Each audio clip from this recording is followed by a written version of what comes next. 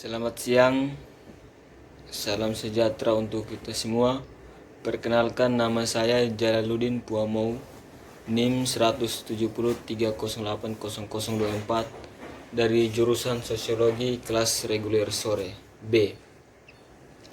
Adapun pada sore hari ini saya akan mempresentasikan hasil review buku saya dengan judul Respon Organisasi Terhadap Orang-orang dengan Penyakit Mental yang Terlibat dalam Sistem Peradilan Pidana.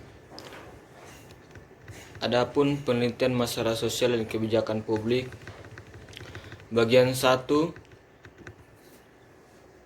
pemrograman dan evaluasi program 2 kasus Mika Suez. Pendekatan kesehatan masyarakat untuk mengatasi kebutuhan kesehatan mental pelanggaran remaja.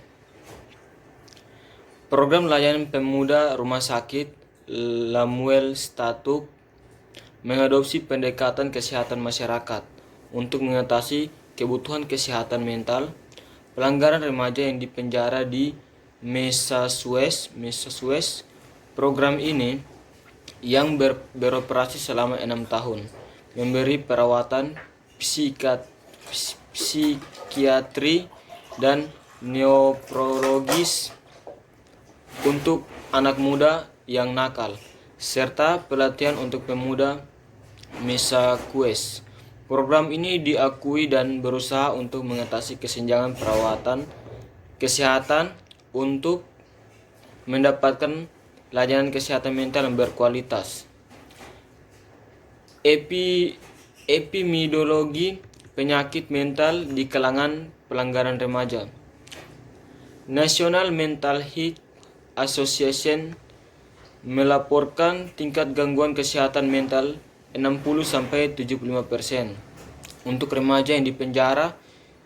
Sebuah studi baru-baru ini yang dipilih oleh Teplin, pemuda ini diwawancarai menemukan prevalensi gangguan mental adalah 67% untuk laki-laki dan 1/4 dan 74% untuk perempuan.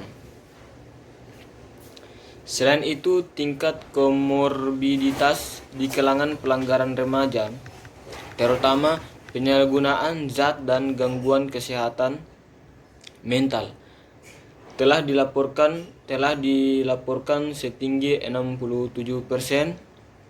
Gangguan emosional yang serius dapat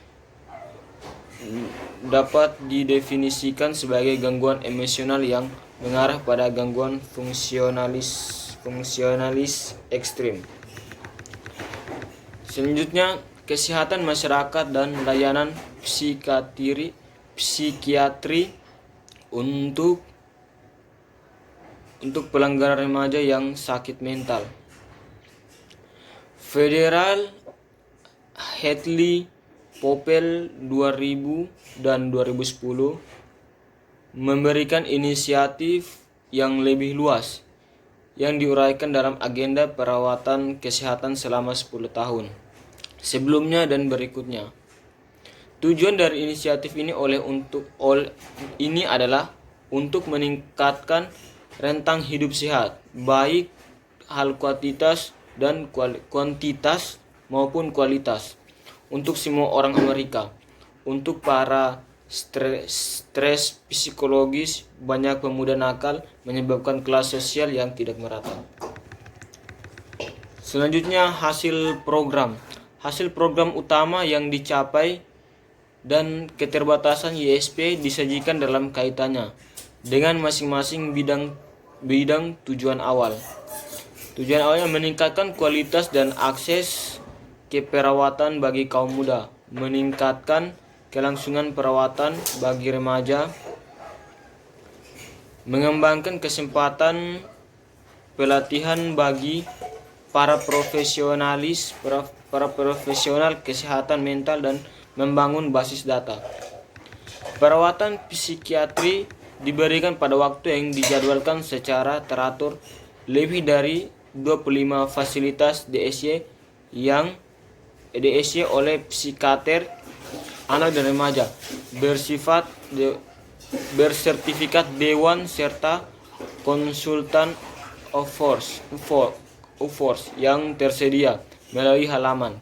Ketersediaan perawatan kejiwaan ini berarti bahwa banyak pemuda tidak memiliki obat tiba-tiba dihentikan karena kurangnya akses ke penyedia yang secara berkala terjadi sebelum munculnya layanan YSP. Pertemuan TRIS reguler diadakan dengan program DIS dan staf klinis untuk mengidentifikasi pemuda yang membutuhkan layanan dan meninjau rencana perawatan semua pemuda dalam perawatan. Yang selanjutnya yaitu kontinuitas perawatan. Kontinuitas perawatan awalnya ditunjukkan dengan mendirikan YSP sebagai penyedia utama perawatan kejiwaan oleh 25 program DYS terpisah. Di bawah sistem perawatan ini, remaja dapat menerima layanan dari penyedia yang sama saat mereka pindah dari fasilitas ke fasilitas. Selanjutnya yaitu pelatihan. Tujuan pelatihan dianggap penting dalam perencanaan awal YSP sebagai sarana untuk meningkatkan pemahaman penyakit kejiwaan di antara penyedia DYS serta untuk meningkatkan pelatihan bagi para profesional medis yang memasuki psikiatri sebagai langkah menuju semua staf profesional YSP yang mengadakan janji fakultas klinis yang dengan Departemen Psikiatri. Sementara komponen pelatihan untuk terkait dengan TUF-NIM berhasil memberikan pelatihan kepada lebih 20 penduduk. Pelatih formal personil DYS bisa lebih ketat. Selanjutnya pengumpulan data. Daerah terlemah program seperti yang sering terjadi dalam program terapan adalah pembuatan data, pengumpulan dan organisasi. Sementara data administratif tersedia untuk tujuan penagihan, baik catatan medis terpadu maupun elektronik dikembangkan. Kurangnya catatan medis terpadu ini